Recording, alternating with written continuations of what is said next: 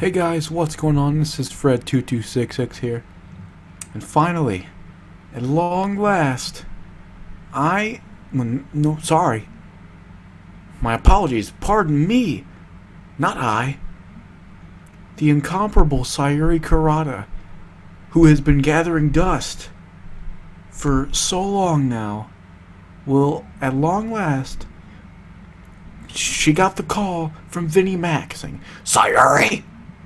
You come to... It sounds like Mick Foley. Sayuri, you come to the Raw Arena in, where's it being held? Nashville, Tennessee. At whatever arena that is. Get your anime ass down here and book Monday Night Raw. So she's like, okay, Vince. And she's on a charter. She is such a big asset to the company. They're flying her into the show on a charter plane. No regular airplanes. First class. It's her own plane. They're flying her on the company jet. I just changed my mind like 4 times in once. It's not even a charter plane. It's the company jet, Vince McMahon's own private jet. And she is gonna sit with him on that charter jet and just spout off all her ideas for both Raw and SmackDown, because she is a head booker and she's really the only booker that matters. What she says goes. Excuse me. So I did a little bit of research, a little bit of reconnaissance. I went back in the good old YouTube archives just to see when the last part of this series was recorded. And guess when it was? It was September 4th, last month. I figured maybe it was mid-September. No, it was the 4th day of the fucking month. It was very early September. Now it's late October. So why have I not done any more parts of the series? There is no reason. I just haven't. The past few weeks I've been working on my fan fiction. Other than that, I just didn't feel like it, I guess. There's really no reason. I do not have an excuse. I just didn't do it, man. I didn't do it. I didn't forget about it, though. I've been thinking every day for the past 2 weeks, man, I'm going to do that tomorrow. And I kept putting it off. But no, it's October 21st, and we're fucking doing it now. I don't care what anybody says. Eat my cock. So, we're going to do that shit, and we're going to do it right now. Sayuri Kurata will finally book her first episode of Monday Night Raw. In the last episode, I showed you all the female talent I've signed to NXT, and I finally started up the game 4 times because I needed to get my sponsors right. Finally, I got the sponsors the way they wanted, although we don't have Pinky in the Brain, which pisses me off. We got them the 3rd time I created my save file, but now they're gone. That never happened. That's not canon. It doesn't exist. You're never gonna see them. It's not true. But we gotta move on. Maybe Pinky in the Brain. In an alternate universe, Sayuri Kurata is going up against Pinky and the Brain's wrestling shows on Monday nights. In an alternate universe, that's happening. But in this one, it's not happening. So we'll have to make do with what we can get. Now, if you remember in earlier parts, either because I told you or because I pointed it out, I don't remember, but you'll notice all of our titles, they're all vacant. So, and I'm not going to have Mick Foley and Daniel Bryan come out on their respective shows and just randomly give a bunch of people title belts that they haven't earned. No. Here in the WWE, you earn everything. At least in Sayuri Kurata's WWE, you earn everything.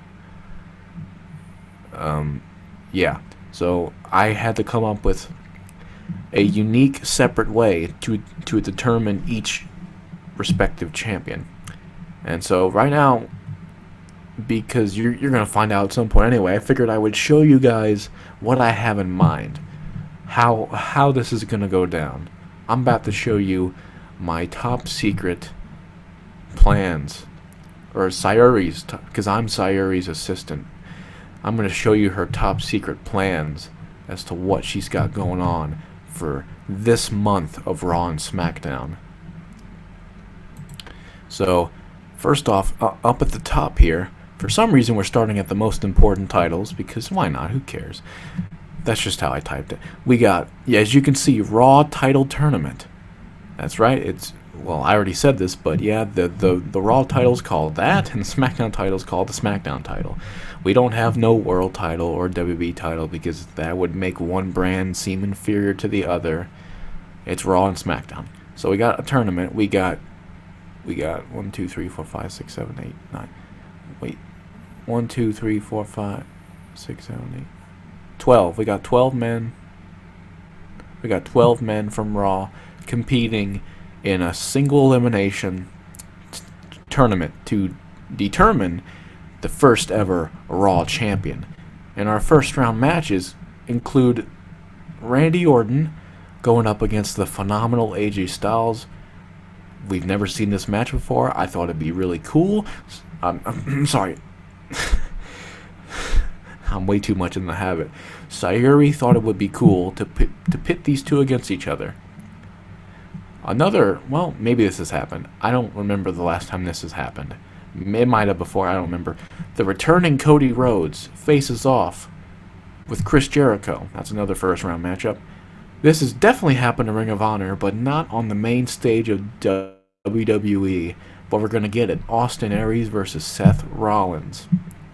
Another first-time occasion, Shinsuke Nakamura versus the Celtic Warrior Sheamus, Cesaro versus Rhino, and probably the most underwhelming match of the tournament, but hey, I figured I'd throw R-Truth a bone and give him a match against the returning Carlito.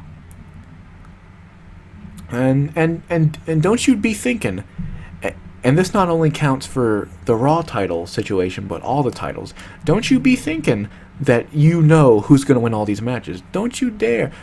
Some of you guys are probably typing down right now, Randy Orton's going to beat AJ Styles. Don't do that, man. You don't know what's going to happen. Only Sayuri knows. That's it. You never know what will happen in the WWE, man. Especially in Sayuri Kurata's WWE. With her big old anime eyes and her little anime butt. You never know what she's got.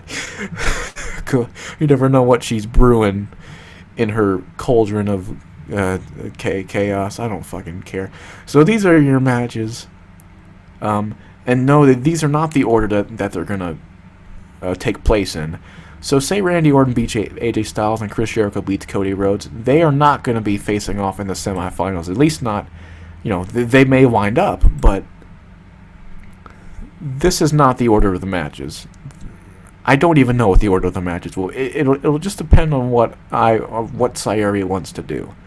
So Cesaro versus Rhino could be the first match of the tournament. I mean, you really just don't know. I'm just checking on shit, bro. Okay, I'm always worried something's happening with that screen share.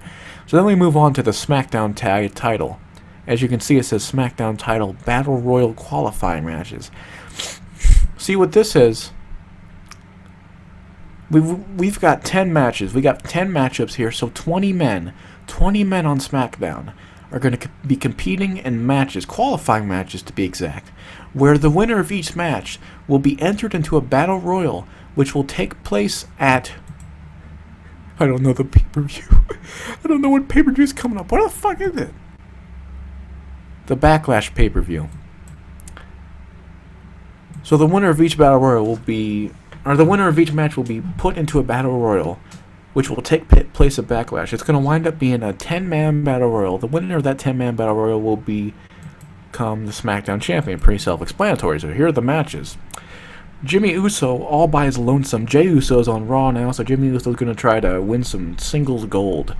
But he's going to have a tough time because he's got to beat the underdog from the underground, Sami Zayn, to get to qualify for that fucking battle royal. Kevin Owens and Tyson Kidd. In this universe, Tyson Kidd is just coming back from his potentially career-threatening neck injury, so he's back. Baron Corbin against, speaking of coming back, the returning Shelton Benjamin.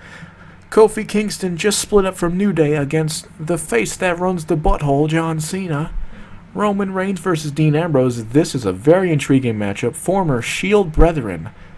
Brothers, they're brothers in arms, and but only one of them can be in the Battle Royal unless we get a double count or something, which I hope doesn't happen. I hope that mad woman Sayuri doesn't book such a insane finish to such a what is sure to be a great classic matchup. Speaking of classic, nothing says classic like Jack Swagger. He's going to be facing off against the Eater of Worlds, Bray Wyatt. Finn Balor and Kalisto, first time ever, I think, that at least I know of, for the right to compete in the Battle Royal and No Mercy or Backlash or whatever. Fuck, I don't even know. Alberto Del Rio against another returning competitor, Wade Barrett. No longer bad news, just Wade Barrett. Samoa Joe makes his main roster debut against the show-off Dolph Ziggler, and another main roster debut, Bobby Roode against Neville. So these all seem like great matchups, straight from the mastermind known as Sayuri Kurata. Respect her and give and politely tell her that she's cool, because she is cool. She's great. Oh, and now we go to the Intercontinental Championship, also a Battle Royal. Now, what's going to happen here? This is kind of ass backwards.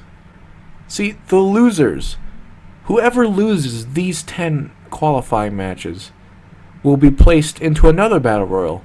So say Sami Zayn loses to Jimmy Uso. He'll be put into the Intercontinental Championship Battle Royal. And so on and so forth. Jack Swagger loses to Bray Wyatt.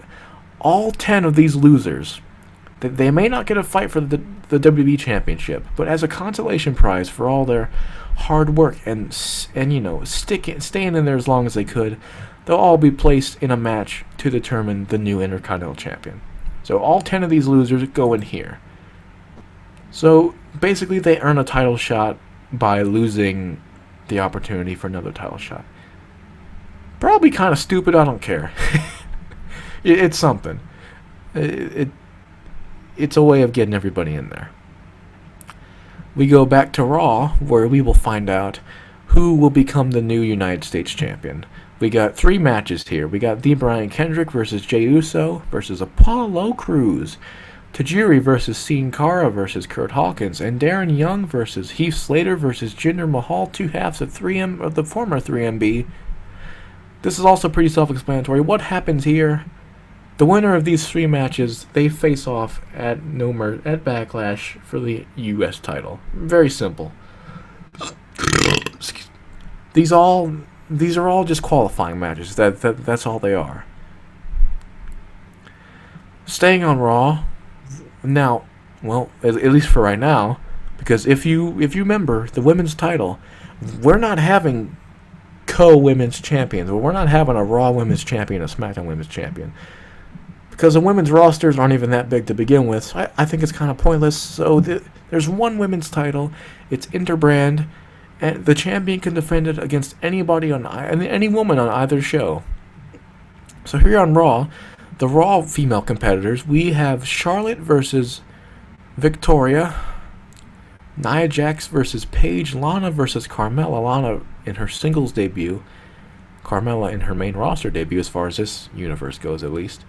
And Nikki Bella versus Sasha Banks. So, how this works, and it'll be the same for the SmackDown women, the winner of these 4 matches, at some point in the month, maybe in like week 3 or week 4, which would be like 6 days before Backlash, they'll compete in a Fatal 4-Way match, the 4 winners. Whoever wins that match moves on to Backlash. The same goes for SmackDown. Whoever wins these 4 matches, they move on to a Fatal 4-Way match. Whoever wins that match faces the winner of the Raw Fatal 4-Way match for the Women's Championship at Backlash. So speaking of SmackDown, the matches we have for the female side are Asuka versus Summer Rae, Naomi versus Becky Lynch, Alicia Fox versus Bayley, and Emma versus Brie Bella. So we got a nice mix of faces and heels in all these matches. Who knows who's going to be in those Fatal 4-Way matches? Again, only Sayuri and her astute booking credentials, which she is sure to have after this month of insane matchups and matchmaking skills, because she's awesome. Finally, I get another interbrand title because there's only one tag team championship.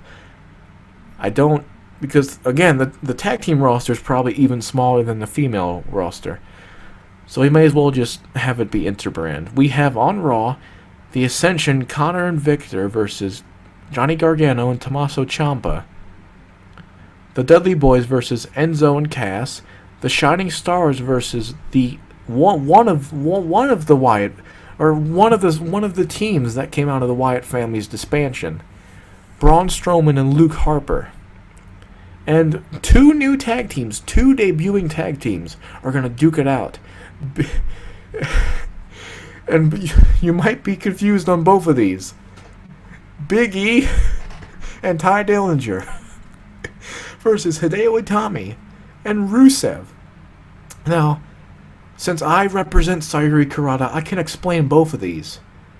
At least one of them adequately, the other one not so much. Big E and Ty Dillinger, they're a new tag team. Whether they win or lose this match going forward, they're going to be an official tag team. What I wanted their name to be was 3 Ain't Enough Man, I Need 10. Or what what Sayuri wanted their name to be was 3 Ain't Enough Man, I Need 10. Why? I mean, it should be obvious. Big E's singles theme song, before he became a part of the New Day, it started off with, if you remember, 3 ain't enough, man, now I need 5. And also in NXT, his gimmick was he beat everybody with 5 counts. He wasn't satisfied with just a 3 count. He wanted the referee to count to 5. So there's that. And if you watch NXT, which if not, what the fuck are you doing? Ty Dillinger, his nickname is the Perfect 10. So 3 ain't enough, man, I need 10. Unfortunately, this game kind of sucks sometimes. And when you're naming a tag team, you have a limit. Like on Twitter, you have 140 characters. On here, you probably got like 25. So let me just show you. Here. I wanted it to be called 3 Ain't Enough, Man, I Need 10. But unfortunately, I could not fit man in. So I had to settle for 3 Ain't Enough, I Need 10. So there's no man. But let's all just pretend that there is a man. And the full name of the team is 3 Ain't Enough, Man, I Need 10. Alright? Okay. I'm glad we agreed upon that.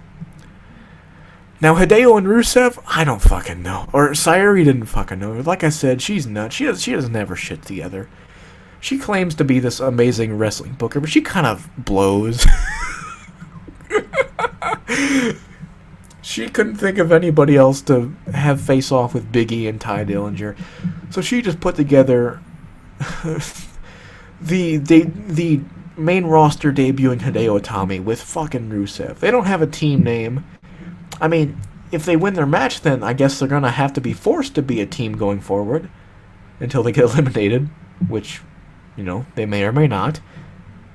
But if they lose this match, unless they gel together and they have a lot in common, like maybe Hideo's half Bulgarian, I don't fucking... Maybe they both love fruit roll-ups and stuff. Maybe they will become a team, but for now they're just two random people. They're a makeshift tag team thrown together because Sayuri is an idiot. And she doesn't know what she's doing. So how this works... How does this work? Oh yeah, I remember. I forgot. It's been about a month since I set all this up. As per usual, as it's been for all the other or at least most of the championships, the winner of these 4 tag team matches, somewhere else in the month before the pay-per-view, they're going to face off. Two teams. Okay, let's just say the Ascension. The Ascension's teamed up with the Shining Stars. And their opponents are Enzo and Cass and Hideo and Rusev. So the Ascension and the Shining Stars versus Enzo and Cass and Hideo and Rusev. So it's a 4-on-4 tag team match. Whichever combination of those two team wins, of those two teams win, they move on to Backlash. And from there, It is another four. It. I was about to say it's a 4-on-4 match. No, it's a 2-on-2-on-2-on-2 match. It's a fatal 4-way tag team match for the tag team titles. And on SmackDown, they're gonna face off with two of these teams eventually, which could be the Hype Bros as they take on Gallows and Anderson, Bo Dallas and Curtis Axel. The Social Outcasts may have been broken up, but they're still a team because who cares? Who cares why they're a team? They're facing off against Fandango and Tyler Breeze. I'm not calling them Breezango. They're called Febreze. And no, I can't be copyrighted because Febreze is spelled Febreze. Tyler Breeze has two E's in his name, and Fandango is not spelled Fe. His name's not Fandango. His name's Fandango. So I can't be copyrighted, so shut up. The Vaudevillains versus Kofi Kingston and Xavier Woods. So you might be thinking, why are Kofi Kingston and Xavier Woods a tag team? Well, God, I'm all messed up. And I also have to sneeze.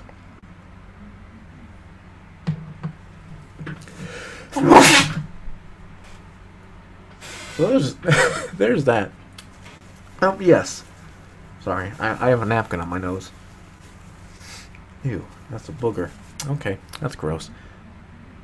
Yes, so if you saw earlier, like I said, Kofi Kingston is also facing off against John Cena for a spot in the Battle Royal at Backlash. If I recall, there weren't any other tag teams I could have put the Vaudevillains against. So I randomly threw together Xavier Woods and Kofi Kingston. Don't think this means that somehow Kofi Kingston cannot upset John Cena. Get in the Battle Royal. And don't think at the same time him and Xavier Woods can't beat the Vaudevillains. Beat whoever, win the match along with whoever their partners may be against the two other teams. Don't think Kofi Kingston won't have two matches at Backlash. Like I said, you don't know what's going to happen. Alright? You may, John Cena's a 15-time world champion. Kofi Kingston's a fucking loser. Well, I mean, he's not a loser. Not in this universe, not in the real universe. He ain't a loser, bro. He's a multiple-time champion. Anything can happen. Eat my dick. Finally, this is a very intriguing matchup. American Alpha versus Sami Zayn and Kevin Owens. Same for them. Don't think Kevin Owens and Sami Zayn, who have been rivals for the past few years, starting at NXT and working their way up to the main roster, don't think they can't beat the American Alpha. And don't think they both can't qualify for the Battle Royal. Don't think they won't have two matches at Backlash. You shut up if you think that won't happen. You shut the fuck up. You don't know what's going to happen. So yes, there's going to be 4 tag teams here. 2 of the winners will be paired up against 2 other winners. The two winners, the two of the tag teams will win. They'll face off against the whatever 2 tag teams won that same match here, and we'll have a 4-way match at Backlash. I don't know if it'll be elimination. Who knows? We'll see. We'll find out when we get there. Those are all the qualifying matches. That's how I'm gonna decide all the champions. If you don't like it, I don't care. And neither does Sayuri. In fact, I'm being told, if you are not a fan of how Sayuri set this up, you can suck my dick, I'm Sayuri. You can suck her big anime, moe, kawaii cock. You can suck her cockwai. Alright, you little dickheads. So, just enjoy it. Just enjoy it. Shut up. Quit talking. Be quiet. I don't care if you don't like it. Be quiet. It's Sayuri's decision. Sayuri's final. She owns all of you fuckers. So those are the matches those are all the matches. Starting on this week's episode of Raw. I forgot. I just realized we're on Saturday. We're not even on fucking Sunday. Let me skip to Monday then.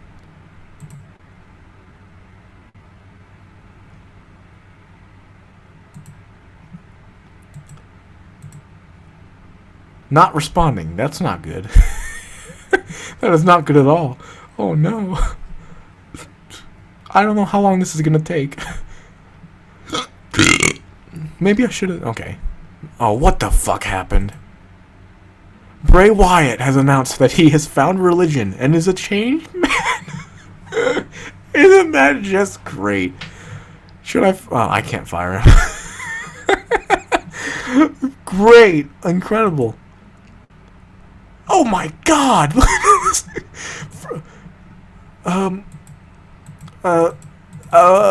Why did they release all these people? Ring of Honor, what the fuck? Why is everybody doing this? What happened?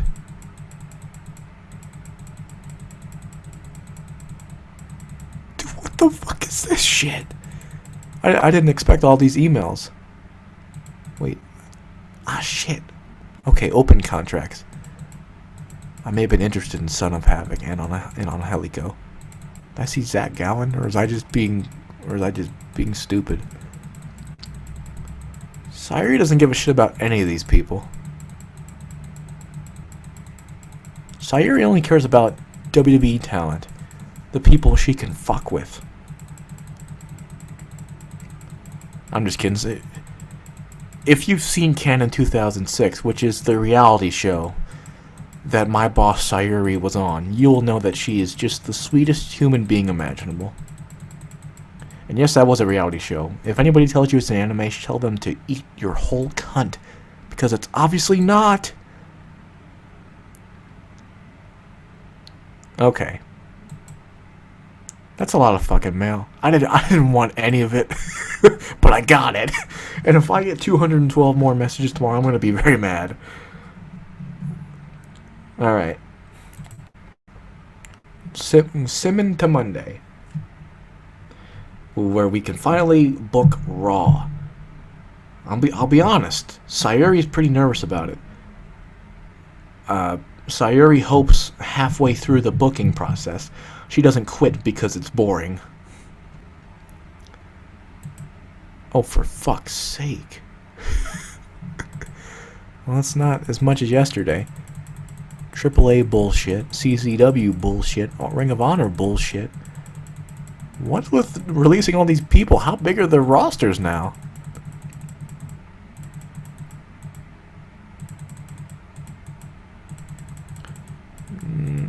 Somebody got the honky tonk, man.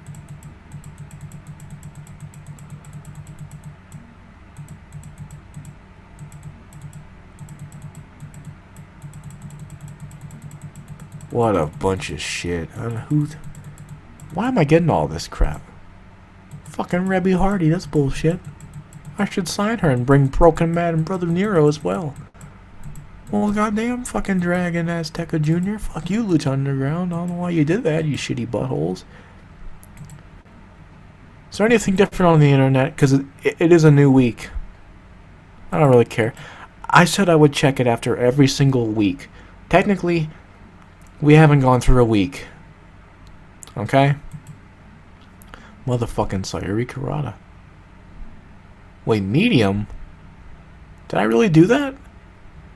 I don't remember making the...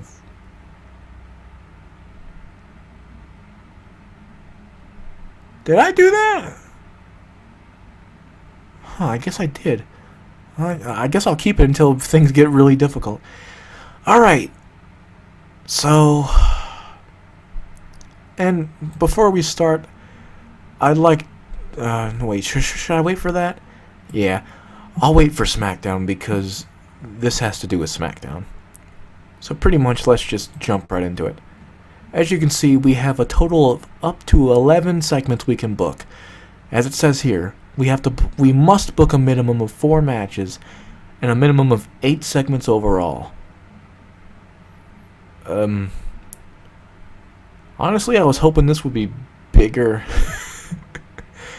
I don't necessarily remember. I don't know if it gets any bigger than... Probably for a pay-per-view. I think for a pay-per-view it's like 12. I don't know, though. I'm wondering if this is as big as it can get for a TV show. I was hoping it'd be bigger. I mean, you could just say, "Oh, Fred, why don't you just book 11 matches?" No, man, no. See, with this game, you have to book.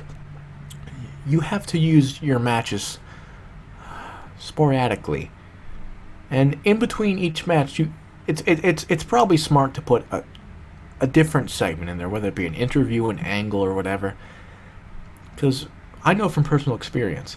Say you have one match, and it does awesome, and the fans love it. And say you have, say you have a match. Say you have Sami Zayn versus Shinsuke Nakamura at some point in the show. And the fans love it, of course, because it's Shinsuke Nakamura and Sami fucking Zayn. Of course they're gonna love it. And say right after that, the next segment is a match with Austin Aries and Seth Rollins. Let's just use that for an example. Say that match is right after, and you would think it's amazing, right? But the fans are so worn out from Sami Zayn and Shinsuke Nakamura that they're not as into Aries and Rollins. So therefore, the match gets a much worse grade than it has any right to get. Normally, that match would be a match in the A region. But because Zayn and Nakamura was so incredible, it got like a C minus. Because the crowd was just, they were exasperated at this point. They were completely just tired out. It's kind of like at WrestleMania 25, Shawn Michaels and The Undertaker had what I consider to be the best WrestleMania match of all time. And I think the match right after that was the main event, which was Triple H and Randy Orton. And that match is looked back at as one of the worst WrestleMania matches. Not only because not only because it's a bad match, but because the crowd had just witnessed this classic between Undertaker and Shawn Michaels. Now, they didn't give a fuck about the main event. So Triple H and Randy Orton, it was very bad. It was a very bad match, if you remember. If you know what I'm talking about, if you remember that pay-per-view, yeah. You get where I'm coming from. So it's wise to put... How I like to do it is a match and then another segment. That's not a match. But maybe I'll switch it up every now and again. Maybe I'll do 2 matches back-to-back sometimes. But not too often. Yes, so because this is Monday Night Raw, we're going to limit this to just Raw. Because, you know, I didn't have a brand split for just for the hell of it. And also, you can assign an auto booker, whether it be someone that actually has the ability to do it, someone that has booking experience, or you can have a fucking random wrestler do it. Just in case you're feeling lazy and just want to see what someone else will churn out, you can have somebody else book the show for you. But why would I do that? I'm here to play the game for myself. So, yeah. And very helpful. You can look at all this stuff in the sidebar. You don't have to back out or anything. So that's real helpful. You can cancel the show, which I don't know why you want to do that. You'd be a fucking idiot.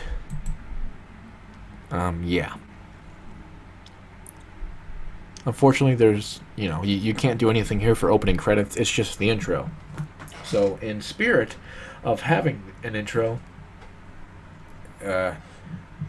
well, I guess let's start Monday Night Raw right now.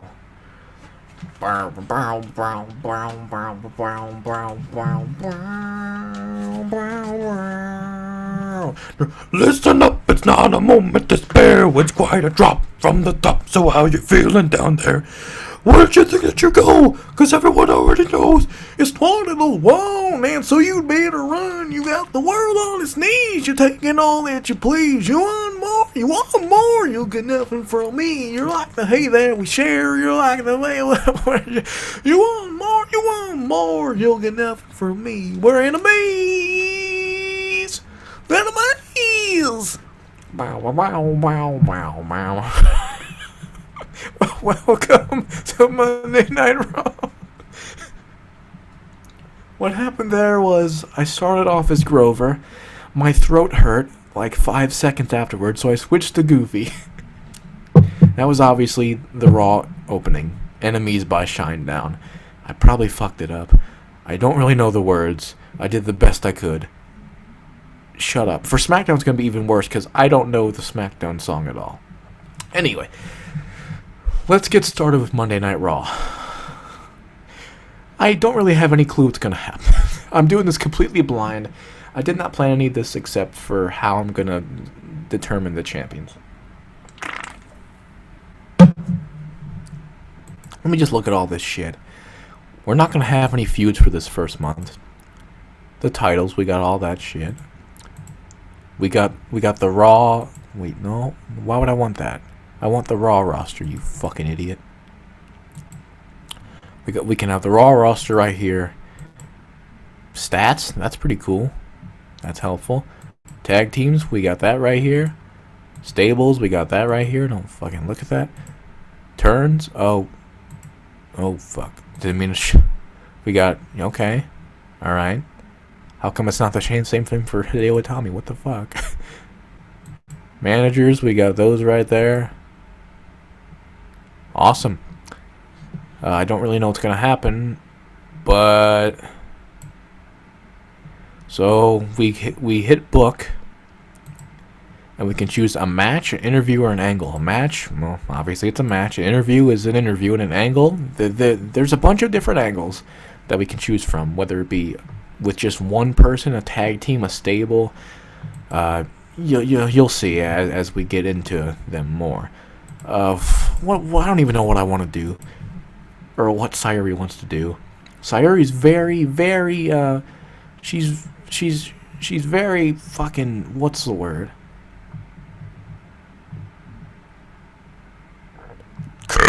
She's not sure what she wants to do. Let's just say that.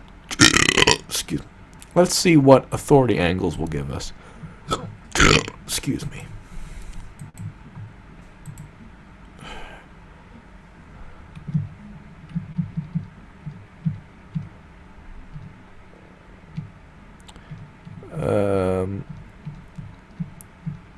I'm not going to award any belts.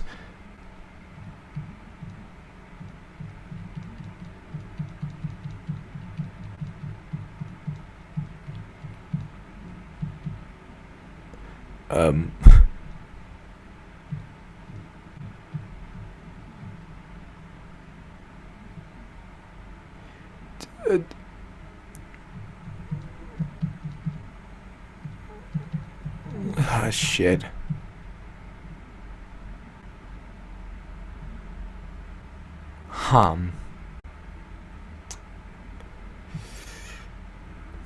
What in the fuck do I want to do?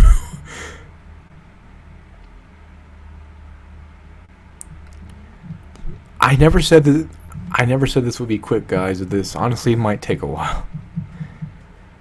Hopefully you're not bored by the build-up of me figuring out, or Sayuri figuring out what she wants to do. I don't think we're gonna do enough.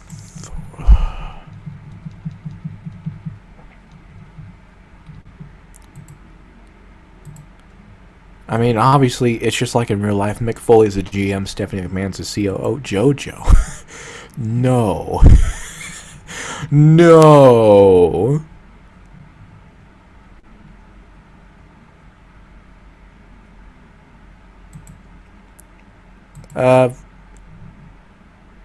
Yeah, sure. Mick Foley. Mick Foley, he's the GM. Great.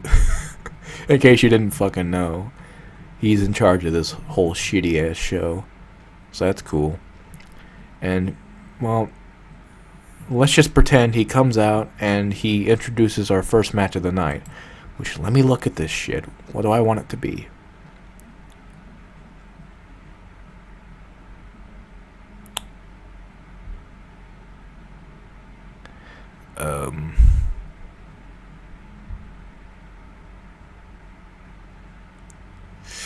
Okay. Let me just think.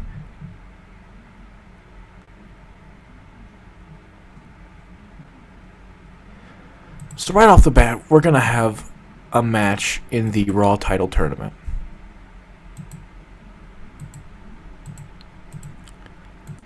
Now here you can do 1-on-1, 2 versus 2, triple threat. Yep, all this stuff. Handicap, special, which there's quite a few options for special. We're just gonna do a 1-on-1 match. You can choose here singles and all this shit. You can have a brawn pair. You could have a death match, but we're just gonna keep it straight up. Carlito versus R-Truth. So Carlito kicking off Monday Night Raw on his return to the company.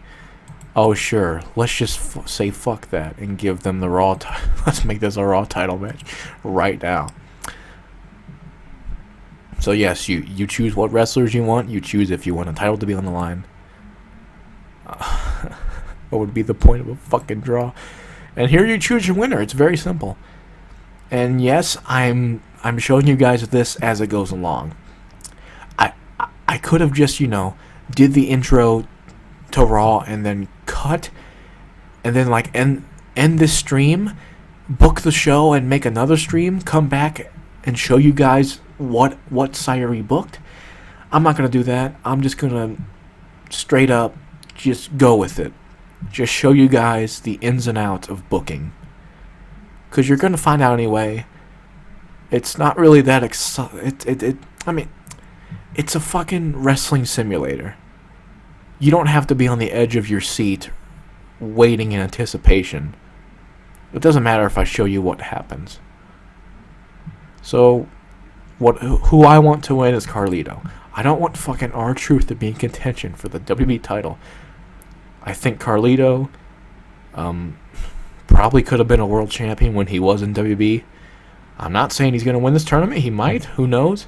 I want him to make a big impact on his debut. So here you can choose. Here you can choose the finish. Will Carlito win cleanly by countout, DQ, interference, botched interference, which is if somebody interferes for R-Truth, but they end up distracting him. DQ through interference, dusty finish DQ, which is basically a dusty finish is when somebody wins, but they don't even announce it or ring the bell. It just kind of happens. Like the bell doesn't even ring, and the announcer doesn't even announce Carlito as a winner. It just kind of happens. Or by cheating. No, I want Carlito to win cleanly, no interference, none of that shit. Straight up, just a clean win. So you can select the aftermath. You can have Carlito celebrate. They can shake hands. He refuses a handshake. R-Truth.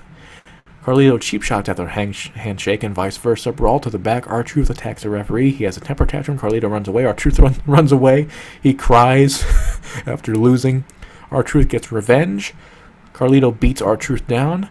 Somebody runs in on Carlito. Somebody runs in on R-Truth. Somebody runs in on both competitors and beats them up. Somebody tries to run in on either man, but they wind up failing, and they get beat up for their troubles, or nothing.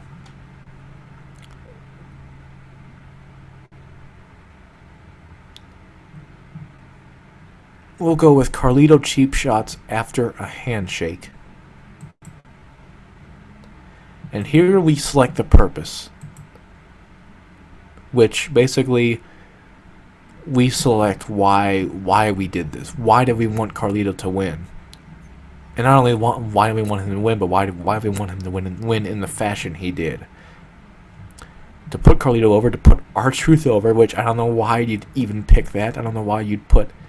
I mean, there are some instances where, like, a babyface has, like, the match of their life, but they just come up short, and they can get over because of that. But we're not doing that here. put on a good match, build up to a future match. No. It's simply to, or none, which it's fine, but we're just putting Carlito over. That's all we're doing. So Carlito beats R-Truth. That happens, you know. That's cool. Right after that, we go back to the interview area. You can have an interview with a singles worker, a tag team single worker manager, tag team manager, or stable.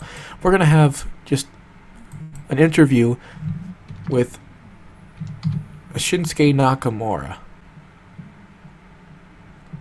That's what we're gonna do. Shinsuke Nakamura. Now we get to choose what the interview's about. Who is Shinsuke talking about in this interview? You can also choose none. I'll just show you. When you choose none, you get the option for... It's just an interview about Shinsuke self-promoting himself. The cocky heel bastard he is. Which, you know, he's not a heel, he's a face. So his opponent tonight, and this is a spoiler, but I'm just telling you guys, his opponent in the main event of Raw is Sheamus. Because they're fighting in the tournament. That's going to be another tournament match we're going to have in the main event. So he's talking about Sheamus. What's he going to say to Sheamus? Is he just going to just anal rape him with words? Or is he just going to hype it? Or is he going to say none? Is there no purpose to this?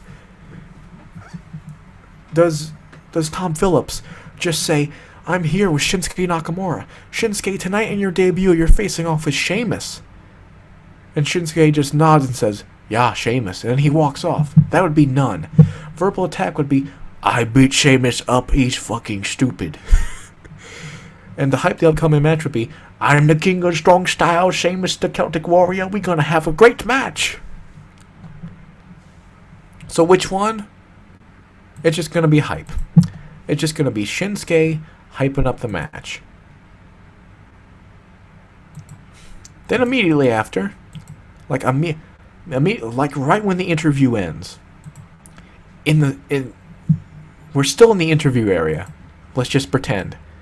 Some of this you gotta work with me because, you know, you can't do everything in this game. You do have limitations. So you guys gotta work with me here for a minute. We're gonna have an ambush angle. Wait, let me just go through that. Let me just I'm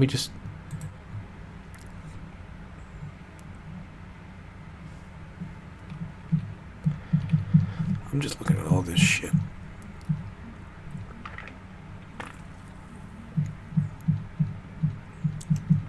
So you can see all this stuff. Don't worry if you didn't catch it. You can pause the video to look at it, or we're probably gonna do all this stuff sooner or later. A worker assaults another backstage. Let me go back to that. Because I'm uncertain what Sayuri's uncertain what she... God, I wish I'd stop doing that. Oh, okay. Ambushes aren't one-on-one. So, there's that. Right? Okay, there's no one-on-one... Well, I mean, there are one-on-one ambushes in one-on-one angles. So we're going to do a 1v1 angle. We're going to have... we're going to have a backstage sneak attack. Remember, this is right after Shinsuke's interview. So we're going to have Sheamus attack Shinsuke right after his interview. If there's an option for, like, Sheamus to attack Shinsuke in the middle of his interview, if you could do that, I'd do it. But I can't. Again, there's limitations. And I don't want to just have Shinsuke do the interview and skip the attack. I want, because, Sheamus, he's a heel and his character for like the past year and a half. Ever since he came back last April, he's a big bully.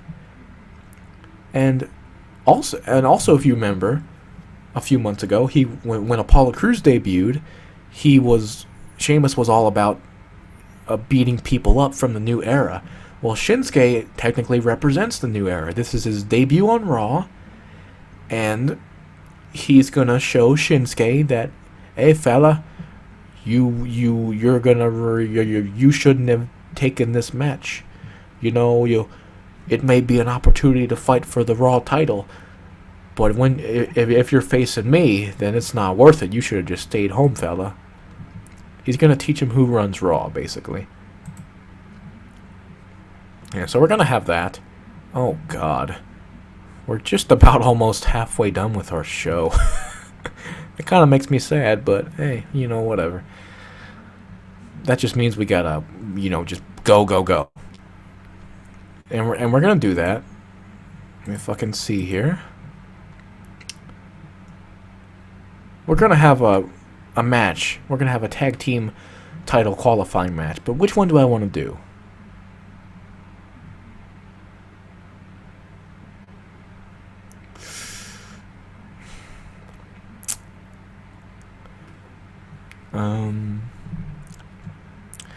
We're gonna have the Ascension versus Johnny Gargano and Tommaso Ciampa.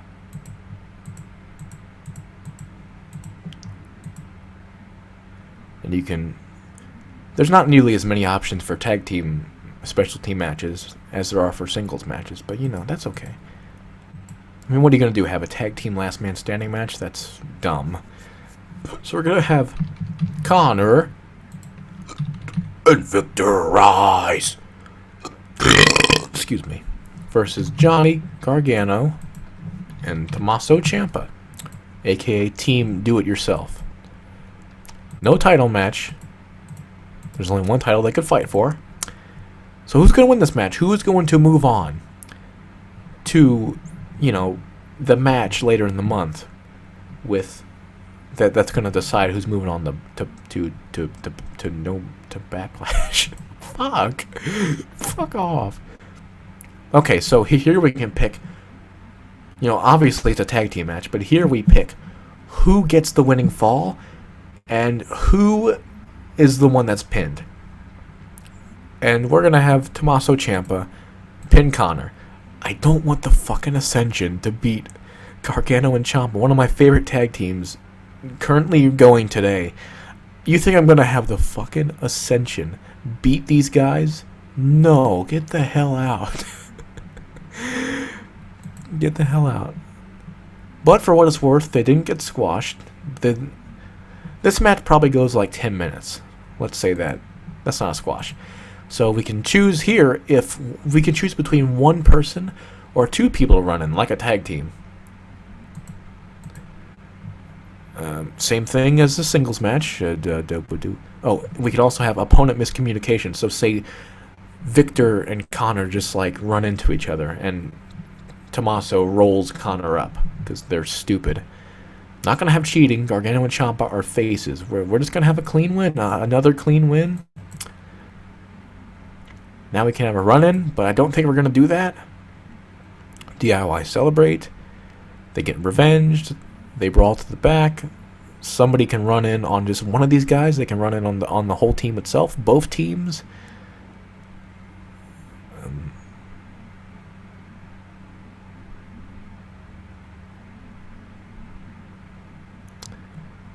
DIY celebrate. I would have the Ascension get revenge, to keep them a little bit strong, but I'm afraid that would make Gargano and Ciampa look like chumps. The point of this match was to put DIY over. So, for some reason, maybe you have a tag team like you have a tag team with one like, say a veteran, say like you have a tag team with Tajiri, and his partner is, I don't know, Rich Swann. Say you have a tag team like that, and it's cool they give you the option. Like maybe you want to make Rich Swann a star, because Tajiri, his star is fading. He's 45 years old. He's just teaming with this kid to give him some experience. So you have the option to put one of these guys over.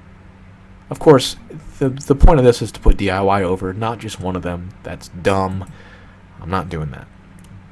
So there's that. We put DIY over the Ascension. So if you're keeping track at home, Carlito, he moves on to the quarterfinals of the Raw title tournament, And on the tag team side, Gargano and Ciampa, their tag team title aspirations are still alive. So that's cool. Now what do I do? Because again, I don't. You know what? Since I can't seem to make up my mind on whether I want to refer to the Booker as myself or Sayuri. You guys all know the Booker is You guys know that the Booker is Sayuri Kurata. You know that.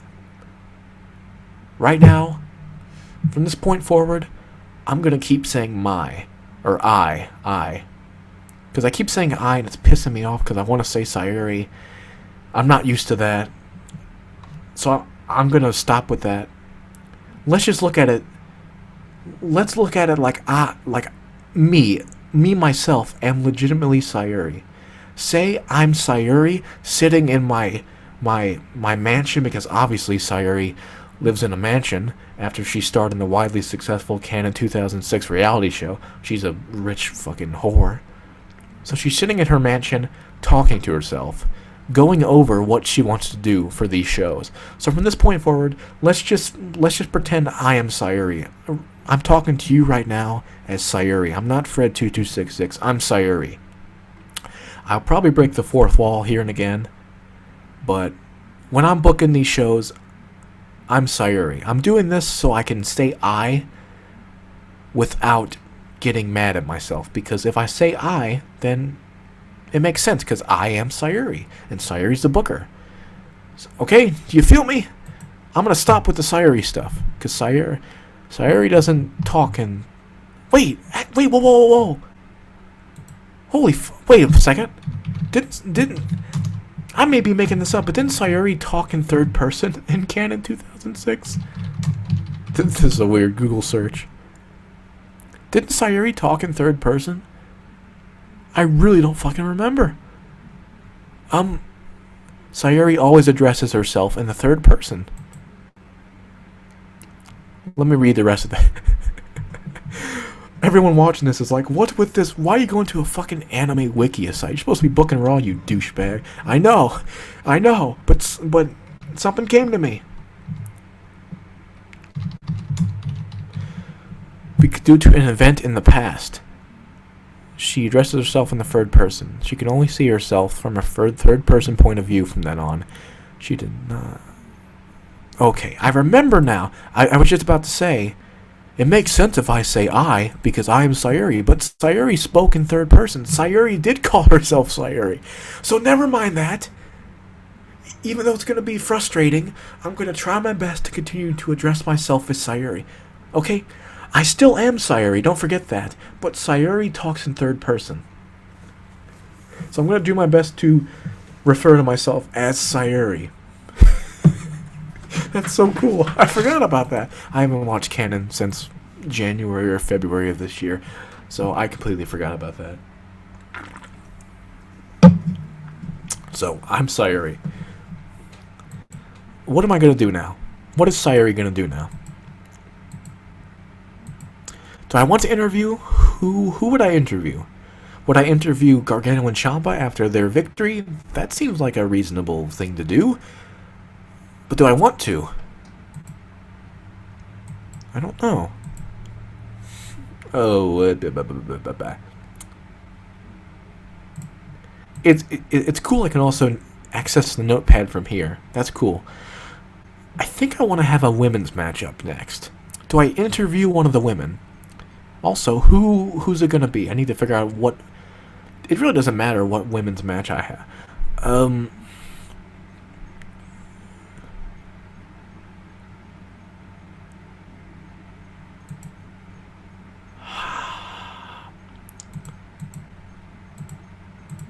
I think I'm gonna have an interview.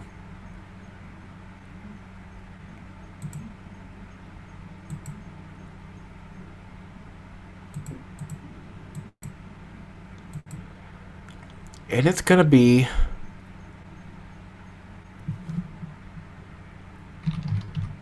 with Charlotte. Her target is her opponent tonight, Victoria. She's gonna verbally abuse her. Basically, she's gonna call her that old cunt, she can't beat me. I'm the queen and she's gonna bow down to me. You know, typical Charlotte heel shtick, you know, all that stuff. We're not gonna have Victoria attack her afterwards. We're just basically this is where a commercial happens, and we come back to the show, and we have a women's match. We have a women's match. We have Charlotte versus Victoria.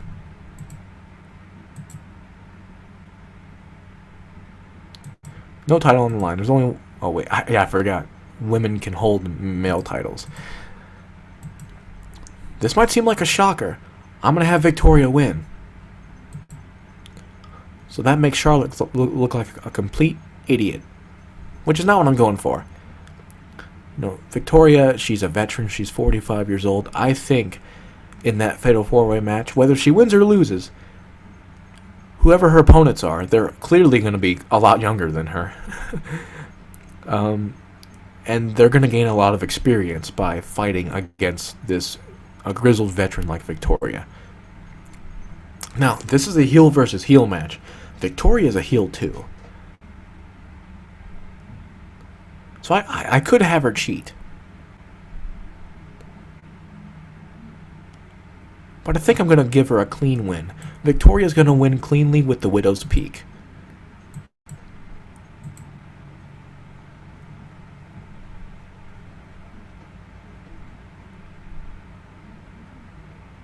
Charlotte attacks the referee.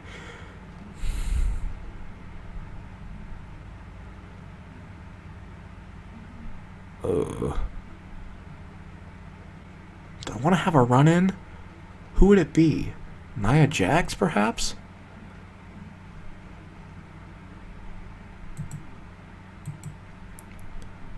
It would be cool to make her seem like a monster.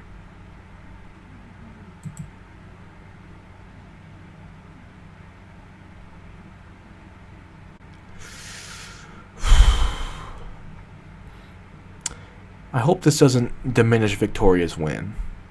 I don't think it will because, you know, she just beat a former 2-time women's champion. But I'm going to have Nia Jax beat them both up. Because no matter how you look at it, she is the monster of the women's division. She's definitely not the most talented, but it's nice to build her up like that. Now here's where it's tricky. Because I think if I selected put Victoria over, it wouldn't make sense because if I put Victoria over, I mean that was definitely what I was going for. But this is asking me what the purpose was of the run-in, not the segment itself, the run-in. So why would I use Nia Jax? Why would Nia Jax beating Victoria up put her over? I'm mainly using it as a way to put Nia Jax over. So there's a match. We only got 4 segments left. It doesn't seem like much. I was hoping to have another tag team match. Another tag team match or another women's match. Oh yeah, I also have the U.S. triple threat.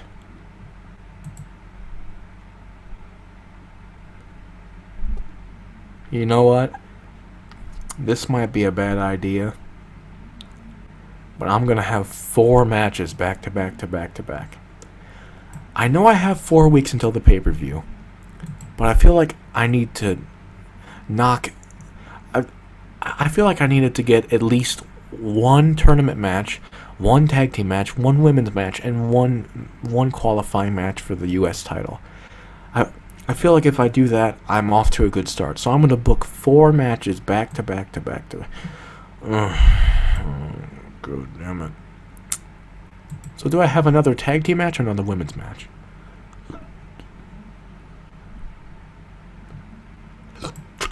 Excuse me. I'm going to have another tag team match. It's going to be The Shining Stars, Primo and Epico versus Braun Strowman and Luke Harper.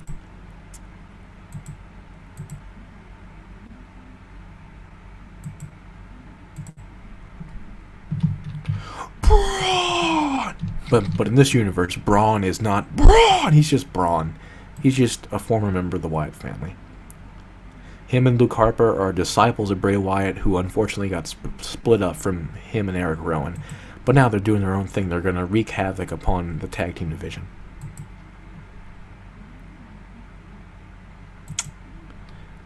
I forgot what I was doing. Epico and Primo.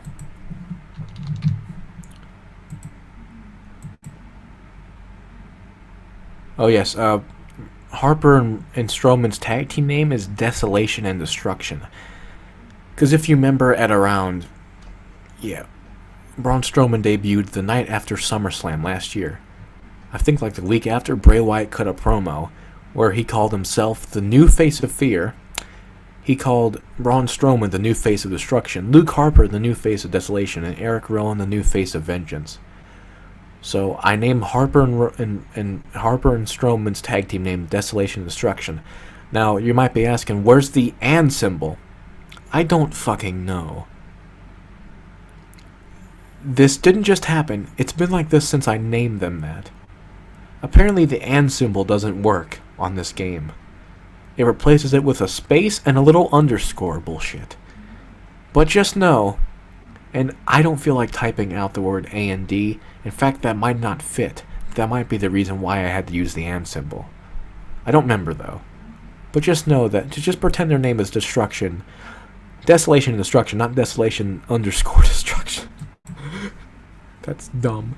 Maybe if their gimmick was cyber hackers, that makes sense, but not here. No title match. So who's gonna get put over? Again, you might be shocked by this, but I'm having the Shining Stars win.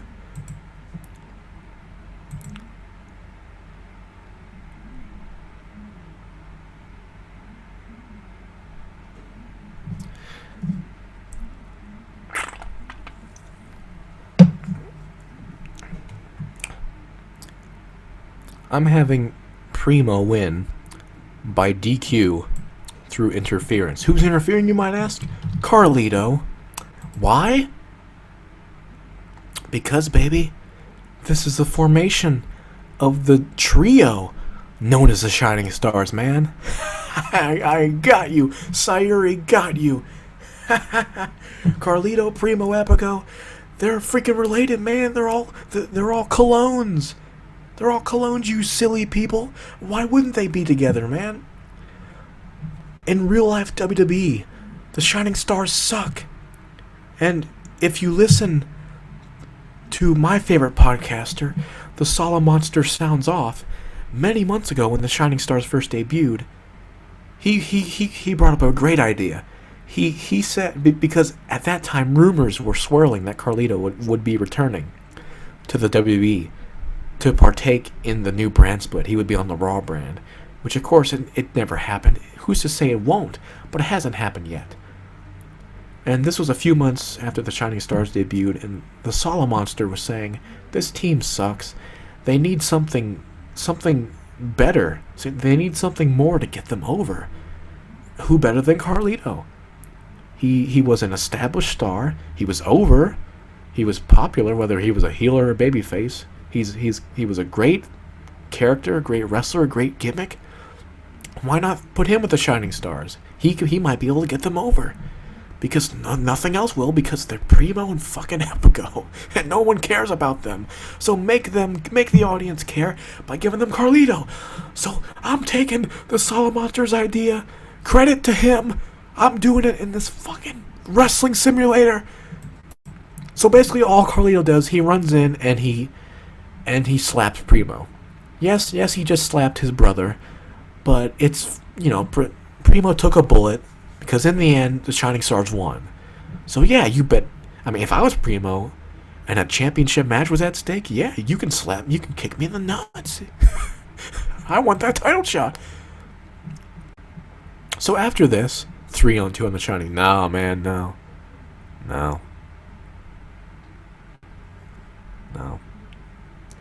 The Shining Stars celebrate. Select purpose.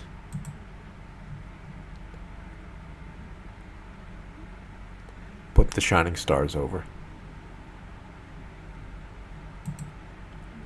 And Braun Strowman and Luke Harper are pissed off, as you can imagine.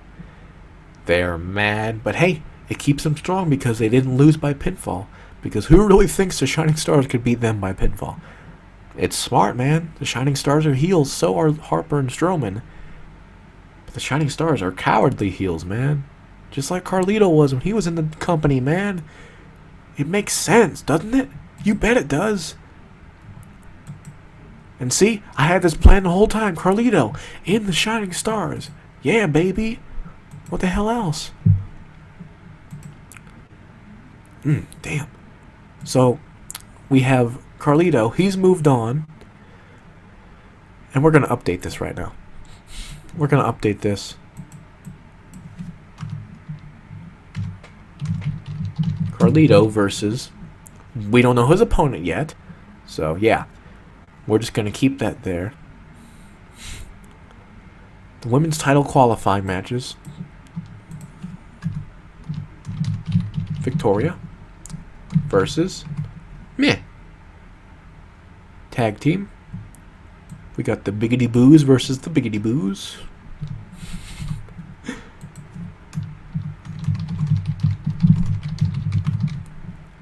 The Shing Star. Okay. Fuck off. Alright. So next we're going to have one of these triple threat matches. We're going to have... excuse me. Tajiri versus Sin Cara versus Kurt Hawkins.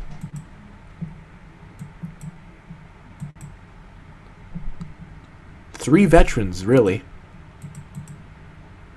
Let me just see if I got that right. Tajiri, Sin Cara, and Kurt Hawkins. All veterans. Triple threat match. The winner moves on to Backlash. Do you want elimination? A triangle, a hardcore, or a cage? I think we're going to do elimination. I think that's how all the matches are going to be. So we got Tajiri versus Sin Cara versus Kurt Hawkins. Kurt Hawkins and Tajiri both returning to Raw. Sin Cara, you know, he's been there for 5 years. No. Who's going to win? Well, okay. Loser number 2 is the guy that was eliminated first. Loser number 1 is the guy that got pinned last. So I'm going to do it in this order, just to give you guys some suspension of disbelief. We're going to have Sin Cara get pinned. By who? I don't know. I can't choose that. I can only choose who gets pinned. And the winner of the match is going to be Tajiri. Just like Victoria, he's a veteran. He's also 45 years old, I think. So whoever else he faces in the triple threat match, they're going to gain experience. Yeah, it makes sense to me. Plus, Tajiri's cool. He was awesome in the Cruiserweight Classic. I hadn't seen him wrestle for like over 10 years, so it was great to see him there. And I became a fan of his all over again. So yeah, I'm having Tajiri win. Cleanly? Yeah, he's a face. And unfortunately, in triple threat and fatal four-way matches, they don't ask you for a purpose, and you can't do aftermath stuff either. You can't have like Tajiri celebrate or anything. I don't know why. You just can't do that for some reason. I'm gonna turn my screen share off because, as you see, I've had a Skype message on there for like probably 40 minutes, and I don't want to check it when the screen share's on. So let me just check it.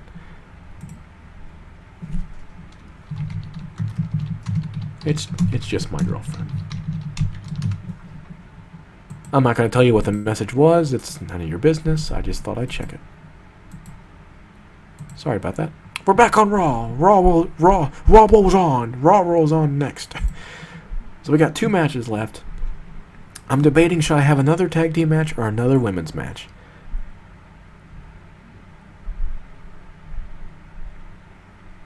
I don't know.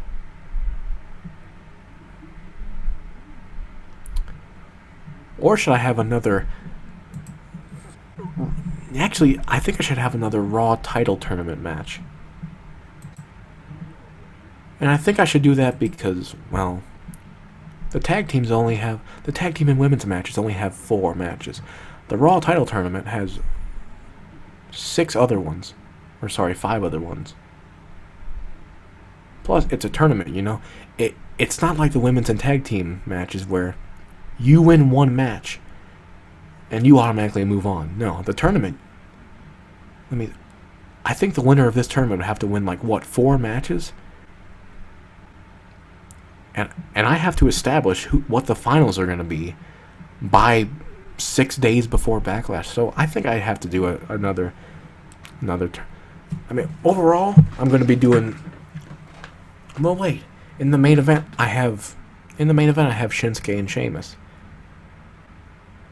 Nah, I still think I should do another tournament match. I think I should do... Austin Aries versus Seth Rollins. That's what I'm going to do. I'm going to have 3 Raw title tournament matches. Might not be a good idea, but I'm doing it anyway. I don't care. So we're having Seth Rollins and Austin Aries. Austin Aries debuting on Raw. No title. Go away. Now, again, this might surprise you, because like I said, you don't know what's going to happen. Only Sayuri does, motherfucker. I'm not going to have either of these guys win. This is a draw. This is a fucking draw, dude. But how? Double DQ, double countout, interference, or time limit. To keep both these guys strong, I'm going to be using that word a lot because it's a Booker word, bro. You have to use it, bro. Time limit. I don't think there even are time limit, except in like their Cruiserweight Classic. They had time limits. I don't think on TV, I don't think NXT, Raw, or SmackDown have time limits. But after a certain amount of time, you expect the match to end. You don't expect 30-minute matches on any of those shows nowadays. It just doesn't happen. The days of Shawn Michaels and John Cena going 1 hour in England in 2007, that doesn't happen again, and it might not ever happen again. I think Finn Balor and Shinsuke, who was it? Like, it was this year. There was a match on NXT. It went the whole hour. It was like at least 50 minutes. Who was it, though? Was it Shinsuke and Finn? I don't think it was. I think it was Samoa Joe and somebody.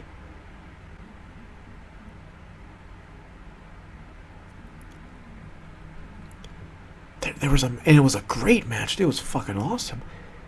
It was probably the best NXT TV match all year. I said TV. I didn't. That doesn't count the takeovers. I said TV. I think it was Samoa Joe and somebody. It wasn't Finn, was it? It wasn't Shinsuke. They didn't face off on TV. Was it Samoa Joe? I think it was Samoa Joe and Sami Zayn.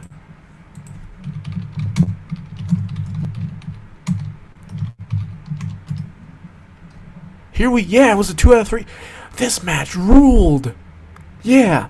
I mean, we got a match like that, but it doesn't happen often enough. And you would expect Samoa Joe and Sami Zayn to go 45 minutes because they're 2 great wrestlers and they're not going to beat each other in 15 minutes. But I'm going to establish on Raw, from this point going forward, I'm going to establish a 30-minute time limit. Just for this match. Just for this match. Because 30-minute matches, they're not for TV. They're for pay-per-views. So these 2 guys are going to have a Ring of Honor worthy match. A 30-minute draw on TV. Why? Because I don't want one to beat the other. I love Seth Rollins, so I don't want him to lose, and this is Austin Aries' debut. I don't want him to lose either. So what happens next? Handshake? They're both heels. So will they shake hands? Probably not. No, I'm going to have them brawl to the back. There are two other reasons why I'm doing this. I'll explain it to you in just a second. Put both workers over. Sounds great to me. The first reason, I will show you right now. As I said, these aren't the order. These matches aren't the order of what's going to happen in the pay-per-view. As you see AJ Styles versus Randy Orton not happening tonight. So just because it's the first match I typed up there, it's not the first match happening. As you saw, it was Carlito versus R-Truth. Carlito won. So it would make sense. Whoever wins the Austin Aries Seth Rollins match, they're facing Carlito in the quarterfinals. But guess what? Neither won. So who's facing Carlito? Nobody. Carlito just got a bye into the semifinals. Why? Because he's a cowardly piece of shit heel. And it makes sense for a cowardly piece of shit heel to be given shortcuts. And I'm putting heat on this motherfucker by he is doing less work. He for all intents and purposes, he should be the favorite now to win this whole tournament because he's having one less match. So honestly, yes he is Carlito, and he hasn't accomplished as much as guys like AJ and Randy and Jericho and Sheamus and basically everybody else. But he's going to expend energy because he is having one less match. So if you're going to put your money on anybody right now, it should be Carlito. He's not facing anybody in the quarterfinals. He is moving on to the semis because he's a heel, and that's how I want it to be. That's how Sayuri wants it to be booked. If you think about it, it makes logical sense. Yes, not every heel is going to be booked like this, but Carlito, who was always just a piece of shit, and he always won by nefarious tactics, he's moving on because Austin Aries and Seth Rollins couldn't beat each other. That's their punishment. They couldn't beat each other, so Carlito is moving on to the fucking semifinals. He is, 2 wins away from winning the Raw title. That's right, motherfuckers. That's the first reason I did that. The second reason is... No, I'm not going to tell you. I'm not going to tell you the second reason. Maybe I'll shed more light on it next week on Raw. Ha ha ha. That's a reason for you to tune in. You big fucking shitheads. So Carlito, no semifinal match. Fuck you. And now, the main event. God, my nose is clogged up. The main event. Shinsuke Nakamura. Also, we take these motherfuckers off. They're done. They're out of here.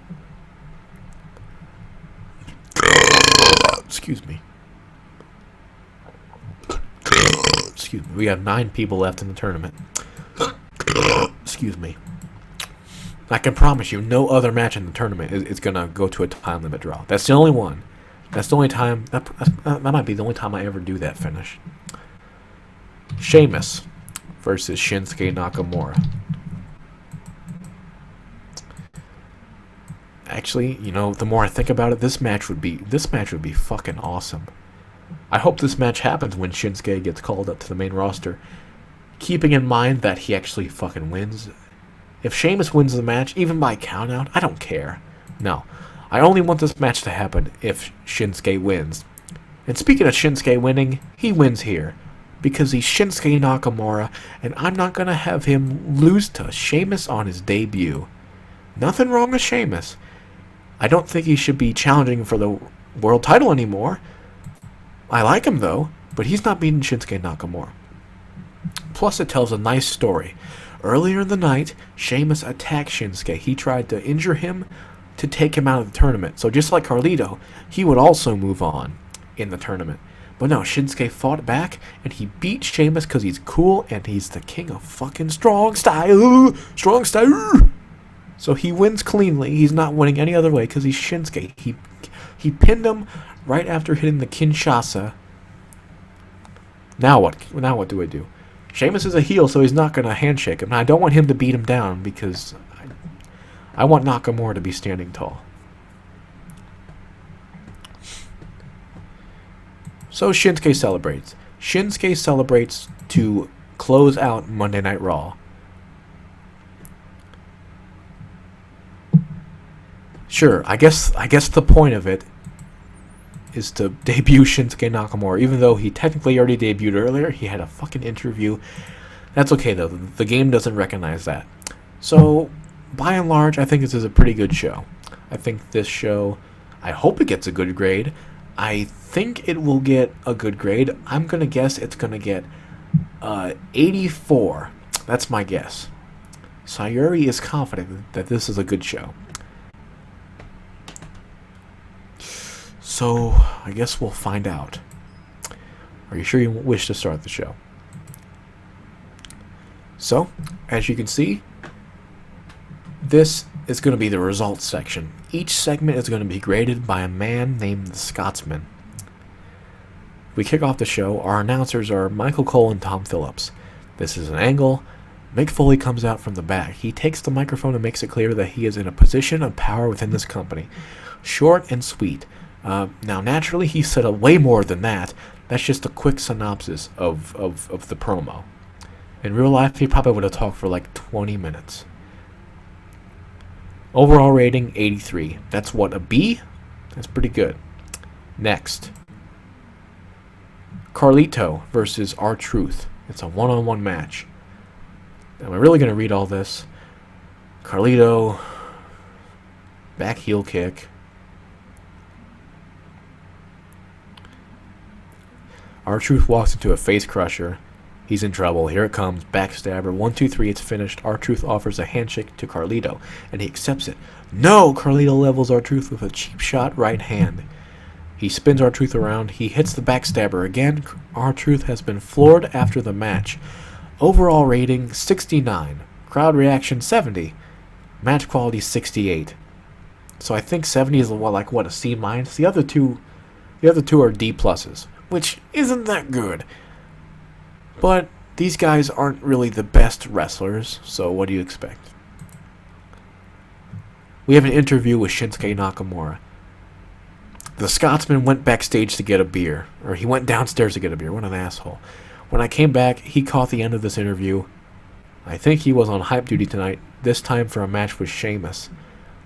So, not the grade I was hoping, but Shinsuke's English isn't the best, so therefore his mic work isn't the best. Makes sense. He's walking backstage when Sheamus comes from behind and attacks him with a chair. Sheamus walks off after hitting a few more chair shots, leaving Nakamura down on the floor. 78, oh well. Oh god. The Ascension versus DIY.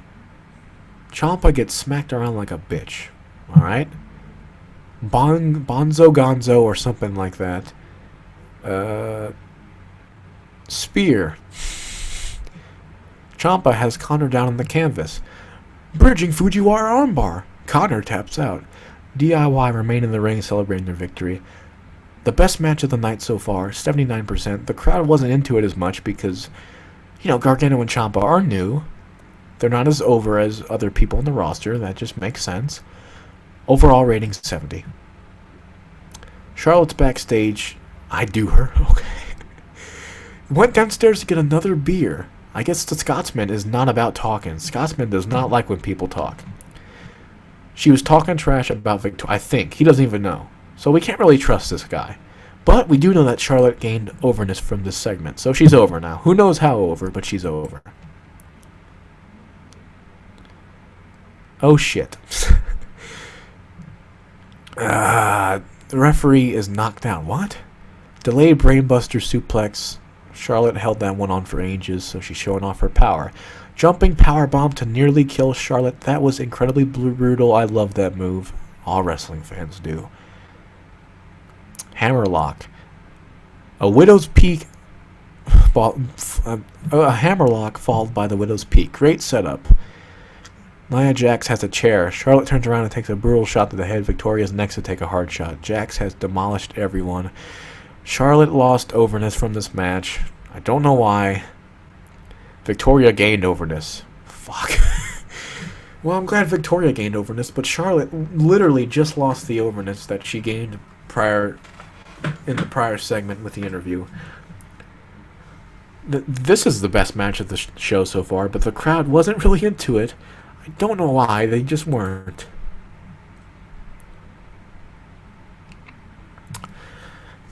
Desolation and Destruction versus the Shining Stars. Primo takes a headbutt from Braun Strowman. Yeah. Epico. Kick by Epico to the facial regions. Break that nose. Yeah. Braun Strowman, like so many teenage boys, uses the right hand. Oh, wow. I use the left hand, dude. Except in this case, it's for a punch. Well, I'd hope so. He might get DQ'd for jerking Primo off. They hit a double suplex into a slammy shoulder thing. 1-2, 2.999. Again with this stupid right hand joke. God, the Scotsman's humor is... Ugh. What the fuck? Flying elbow from Primo. Backstabber. That shook the ring. Carlito quickly comes running down the aisle and into the ring. Primo turns around. Carlito spins Primo around. Carlito... redacted. No, Carlito slaps Primo. Pretend that was a slap and not a backbreaker. Referee calls for the DQ because of the interference of Carlito. The Shining Stars remain in the ring, celebrating their victory. There's that. I didn't really read the thing. I wasn't paying attention. I skipped that for some reason. Chop hits Hawkins. That was stiffer than a 14-year-old at a stripper convention. What the hell? Not a fan of the Scotsman's commentary. Massive backbreaker. Shoulder up. Really cool stunner type thing out of the corner from Sin Cara. High drop kick. I missed what happened for a few minutes as I went to get a beer. I'm going to take an educated guess and say that Bruiser Brody made a stunning return and beat everyone up, then left. I'm sticking with that story until proven wrong. Okay. This guy's not funny. Sin Cara misses the clothesline. Powerbomb nearly crushes the spine of Sin Cara. Sin Cara can barely stand. Buzzsaw kick. 1, 2, 3. Oh, I get it now. Winner number 2 is who gets pinned last. I don't know. That doesn't really make sense. Or not winner number 2. What was it called? Loser number 2? Loser number 1 is who gets pinned first, which I guess makes sense. I just have to remember it that number 1 stands for the first guy eliminated. That makes sense. The match was like a C, so that's fine. Crowd wasn't into it too much, but oh well. Seth Rollins versus Austin Aries. I saw something down below that disgusted me, but I'll get to that when we get there. Hits a rolling kick on Rollins, super kick by Austin Aries, just like everyone else on the roster. Raised foot to the face. Break that nose, yeah. Holy crap, that was sweet. DDT from the top rope. Spinning Bulldog.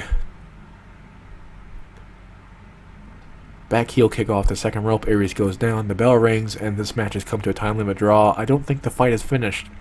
Seth Rollins and Austin Aries have begun brawling again. They wind up brawling all the way down the aisle and out of view. The match quality, just a B plus, right? Just what I expected. But I'm disgusted by this. I understand much of the casual audience probably doesn't know who Austin Aries is, but this is fucking pathetic. This pisses me off so much. I am disgusted by this crowd in Nashville, Tennessee. Ugh, as per usual. Sheamus versus Shinsuke. Sheamus elbows Shinsuke. He spins Shinsuke. Spear by Sheamus. Body slam by Nakamura. Pile driver on Sheamus. Uh-oh. Yeah, you can do pile drivers in Sayuri's WWE. Right hand joke again. Almost a 3. Kinshasa. Nakamura goes into the crowd where he celebrates his victory. Now the crowd was more into this. I don't know why. The match was quite a bit worse. Sheamus lost overness. Shinsuke gained overness. That pisses me off. I get it. I get that Sheamus lost, but why does he lose overness just because of the law? What the this sucks. What's my rating? 75. I guessed an 84. That's a C show, ladies and gentlemen. The best segment of the night was the interview with Charlotte. The worst was Victoria beat Charlotte. So Charlotte got the best segment and the worst segment, which is just phenomenal. Fucking old ass Mick Foley almost got the best segment of the night. God damn it. I'm not happy with this, to be honest. There's a lot of great wrestlers on this show. It'll take time, though. I mean, DIY aren't over, enough. Shinsuke's not over enough. These three guys aren't over enough. The Shining Stars aren't over enough. Victoria just came back. Most of the fans probably don't even know who she is. Same for Carlito, really. I understand. But honestly, I wouldn't have a problem watching this episode of Raw as well. On a week-to-week basis, Raw fucking sucks. But I would not mind watching this episode at all. This sounds really good, to be honest. But the fucking shitty crowd in Nashville, Tennessee, excuse me, did not agree. I don't care what they think, though. They suck. Oh well, we got a 75 rating. It's better than nothing, I guess. While this loads, I'm going to check another Skype message.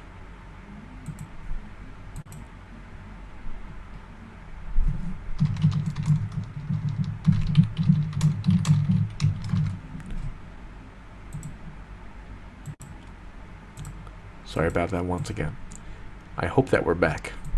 We are. Oh, God. Sin Cara thinks he should be higher up the card. Shinsuke Nakamura is losing heat because you're pushing him to... He's had one match. Why would I not push Shinsuke Nakamura? Shut up, Zoe. He's fucking Shinsuke Nakamura. Go away. I am so confused by this. Losing heat. He's not a heel. Only heels meant... I guess he means heat like he's... like babyface fire. Like overness. Are you kidding me? This was his debut. All I did was have him cut a promo. He got beat up. And then he beat Sheamus. In classic babyface fashion. It was a good match. The crowd was into it. Why in the world is he losing heat because I'm not pushing him too much? I don't understand this at all. He's Shinsuke Nakamura. He's 5 years old? I have to push him at some point? He's one of the best in the world. What, did you think Sheamus should beat? What the fuck? Dean Ambrose would like to work with Carl Anderson. Duly noted. Roman Reigns wants to work with Luke Gallows. Think I'll be able to put some good work together given the chance. Alright, I'll see what can happen. That's a great fucking rating, though. Raw hasn't gotten that much of a rating since fucking, 2000, maybe? I don't know. So it's definitely since the Monday Night Wars. 10,043 people. We gained $401,000 from ticket sales. That's great.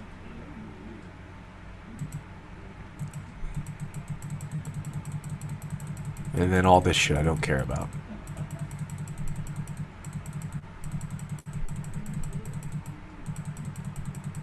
So we got some good news there. Like Zach Gowen. I did see him that time. I don't want to fire that fucker. I thought I saw Kurt Cobain. It's Eric Cobain. So, the show didn't do as well as I hoped. But we got a rating that Raw hasn't seen in definitely over 15 years.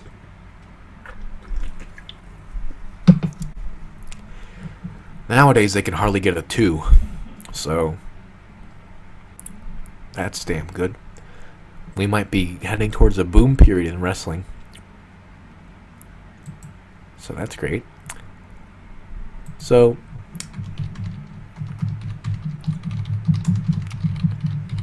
again, Carlito does not have an opponent. But next week on Raw, we're going to figure out who is Shinsuke's opponent going to be.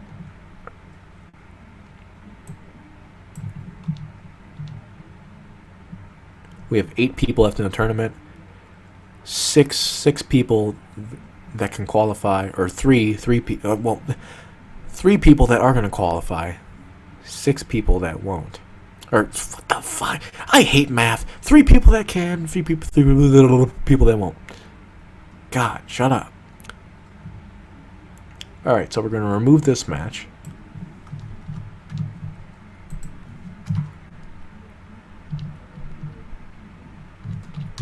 Tajiri versus blank.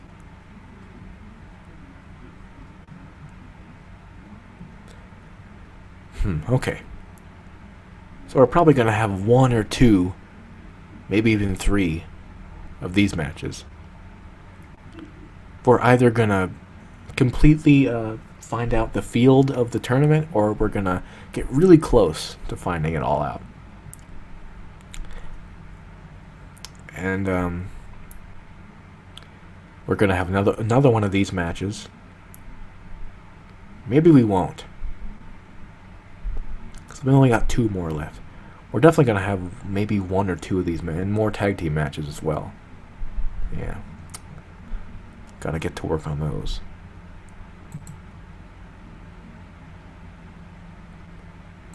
How over is Shinsuke? That is not... I don't like that. I do not like that at all. He needs to be more over. How over is Charlotte? Same as Shinsuke. Victoria. Jesus. Tajiri. More than Shinsuke. That's for certain. Johnny Gargano. Wait. Tommaso's a 55. Well, what was Johnny? Why is Johnny so much more over? Okay. How over is Nia Jax? Of course.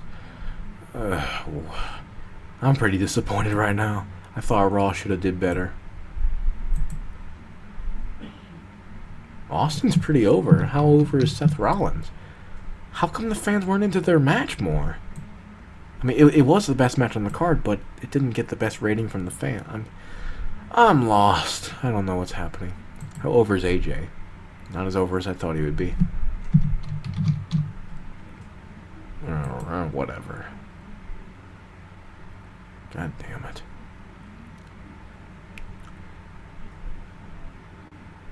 So,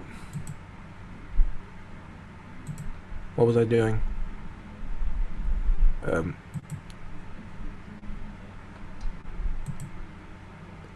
We're still doing an average job. It's only been 1 show, though.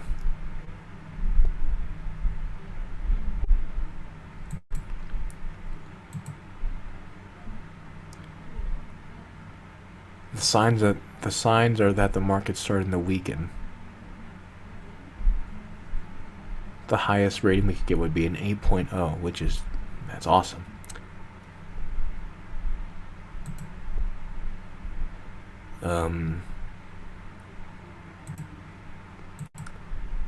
Samoa Joe's being pushed too much. Shinsuke Nakamura is being pushed. Enzo Amore should be further up. I am so fucking fucked. I am very upset right now. Samoa Joe hasn't had a match.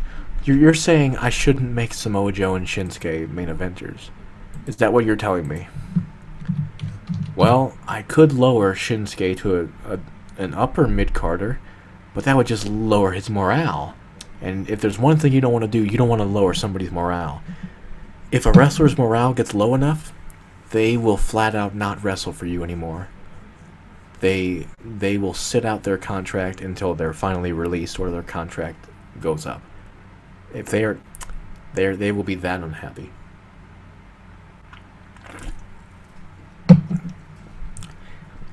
But it says that he's losing overness because I'm pushing him too much. Maybe I should bring him down. If I bring him down, it'll give him a chance to get more over. And then when he gets more over, I can bring... I'm gonna do it. I'm sorry, Shinsuke. Alright, it didn't do too much. It did like 5 points. 4. 83, 82, 81. 4 points. That's fine. That's fine with me. I don't care. Alright. So now Samoa Joe. I'm gonna do it for him too. Oh gosh. Oh god. I'm sorry, Joe. I'm really fucking sorry. So I guess if you want somebody to be a main eventer, their position on the card has to match their overness. Fine. You know what? It makes sense. Enzo's not being pushed enough. Well, what the hell's Enzo? Why not Big Cass? You're telling me to push Enzo and not push Big Cass? They're a tag team, you fucking moron. I'm not gonna do that. No, get the hell out. I'm not doing that. Shut up.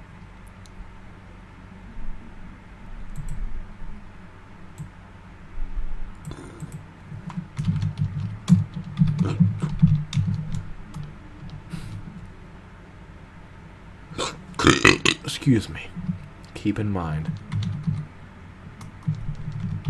Dean Ambrose, god damn it, wants to fight Carl Anderson.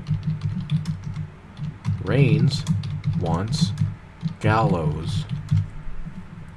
Sin Cara, didn't he send me an email saying he wanted to be pushed?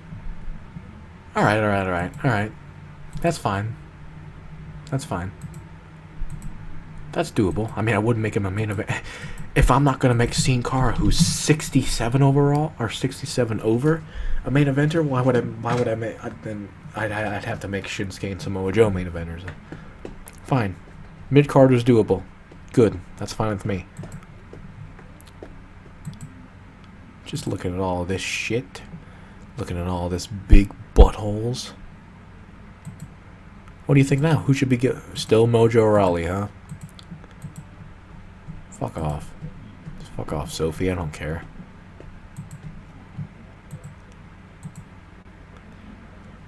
Yep, that's great. We do have great ratings. Doesn't really matter if our shows don't do so well, as long as we get a good rating. As long as people keep tuning in, who cares? But I still do, though. I still want to do a great show. Here you can look at all the shows you've done. So, that helps. Yeah. Are people saying... I know I said I would check at the end of every week, but what if... But what if stuff happens, like, after every show? Daniel Bryan, the greatest wrestler in the world today. Even though he's retired, I do agree with that. Johnny Gargano's heading straight for the top. He's a world-class all-rounder, currently working as a mid-card face, the lightweight worker who uses the Gargano no escape. The Gargano escape, it's a pun. I fucked it up, though. As a finisher, is known to be easy to work with. Guest appearance by wrestling personality. Tommaso Ciampa is the guest star on popular TV show Saturday Night Live. Already? He just debuted. Why couldn't we get Shinsuke for Saturday Night Live? Maybe he'd get more over if he went on there. Currently working for WWE, he is said to be thrilled with the opportunity. This is another example of how wrestling is becoming more mainstream. Local bartender Mo was quoted as saying, "Get out of my bar." Alright. WB's #1. We know that. This website.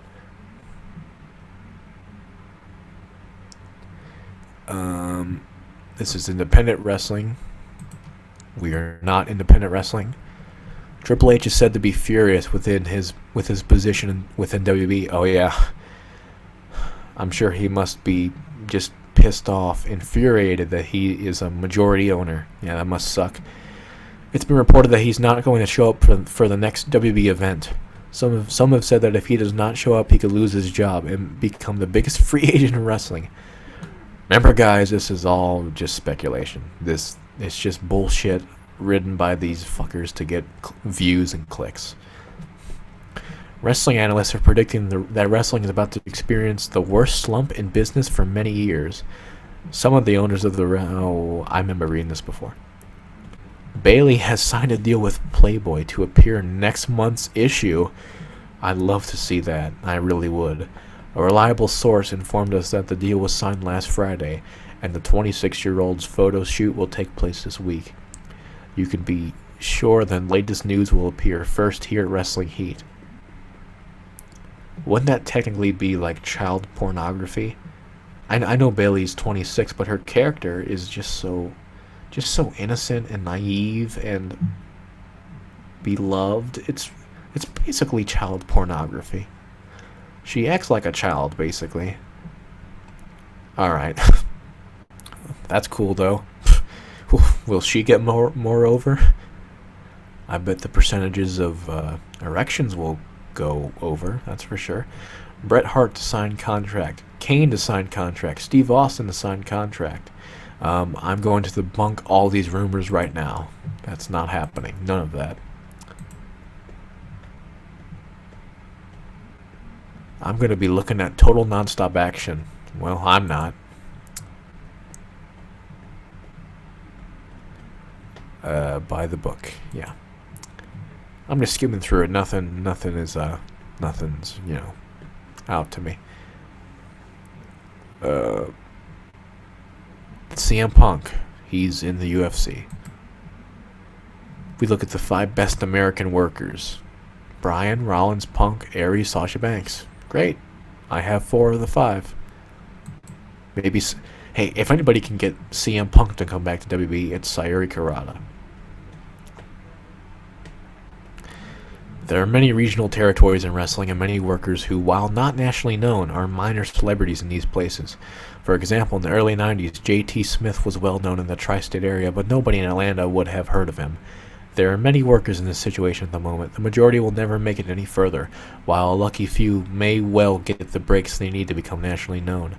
One person who I think has what it takes to break through is Zack Sabre Jr., who has all the talent necessary to become a major player in wrestling. Definitely true. Will he make it? Will injuries, politics, or any one of a number of other things keep him from the top?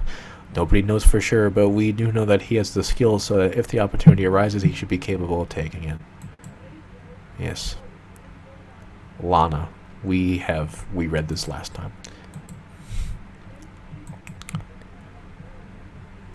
It's good to report we have no injuries right now. You can expect to see a lot more of Becky Lynch, Neville, Johnny Gargano, Tyler Breeze, Jason Jordan, and Charlotte. Not Chad Gable or Tommaso Ciampa, just one of the tag team partners. In the coming weeks, these are all very talented workers, that's true, who we see as integral to World Wrestling Entertainment. Yes, Sayuri does. I wouldn't be surprised to see one or more of them to step up and start making waves in the main event scene soon. We certainly have high hopes for NXT. We're watching a group of workers including Velvet Sky, Kota Ibushi, Drew Gulak, Sarita, and Cherry Bomb very closely as they have a heck of a lot of potential. Also correct. To squash a rumor, we have had no contact with free agent CM Punk. Oh, I beg to differ. Sayuri is sitting right across from him right now. So, yeah. We're not talking about contract, we're just talking about anime. It's pretty cool. Another great show from Monday Night Raw. It's becoming a high point of the WWE week.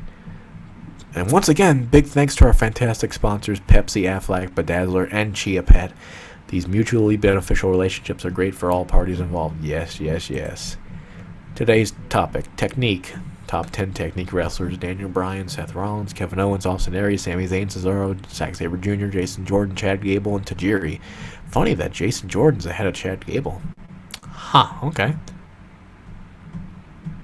Currently vacant, the SmackDown title could soon be up for grabs, possibly at the very next show. Look for more news on this title situation on the next WB broadcast. That's true. And we're going to start the qualifying matches. 7.4 rating for Monday Night Raw, highest ever. I don't think it's the highest ever, period, but it's talking about the game, you know, and it was the first Raw of the game, so naturally it'd be the highest. Talented Sasha Banks impressing everyone backstage with quality of matches. I mean, yeah, sure. That's fine. And that's it.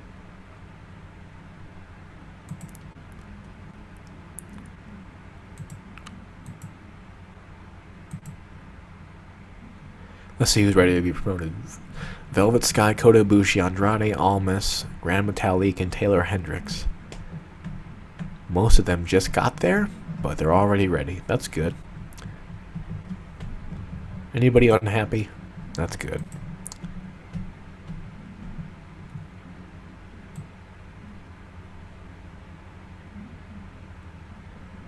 Check and see if anybody's like below 80%.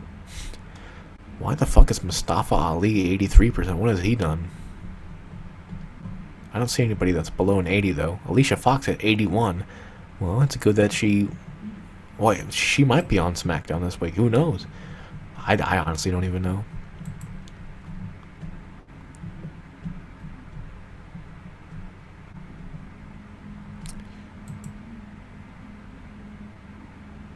Just a bunch of old fucks. Oh, yeah, sorry. I can't think of anything else to do. I'm not booking SmackDown, that's for sure. I just wanted to book Raw. Hopefully I can book SmackDown here soon. Like, I'm talking like maybe tomorrow even, in a few days. Because this series has been heavily, not underwhelming, but, it's been heavily fucking fucked with. I don't know the word. I haven't taken advantage of it like I should have. Hell, I should be past Backlash by now, in all honesty, but I'm not. But I'm so mad. But it didn't really take long at all to book Raw. Probably took like 30 minutes at the most, which is pretty good. And I guess I'm going to be checking the websites after every show, because why not?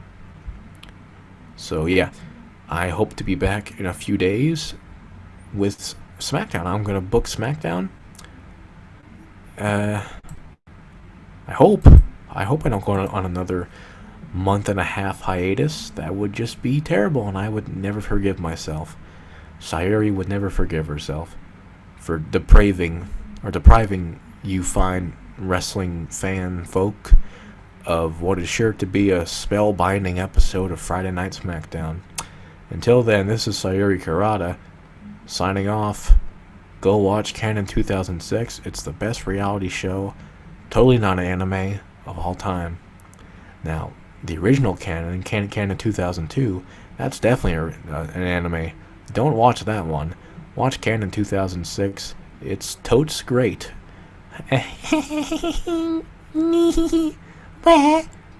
Go do that. Until then, bye-bye, and, fuck. Oh, and type, just to be interactive with my fans, type in the comments below how you think. Tell me what you think the Backlash card's going to look like. Tell me who you think is going to be, tell me what you think is going to be, who's going to be in the finals for the Raw title tournament. Tell me who you think is going to be in the Battle Royal for the SmackDown title. The Battle Royal for the Intercontinental title. Which two women will be facing off for the women's title? Which four teams will be facing off for the tag team titles? And I think that's it. That's all the matches. There might be some more matches. In fact, there's sure to be some more matches, I think. Oh yeah, tell me who you think's going to be the three men challenging for the U.S. title as well. If you don't mind. You don't have to, but it would be cool to get you guys' thoughts and to see if you're right or not when the time does come. So, yeah, goodbye.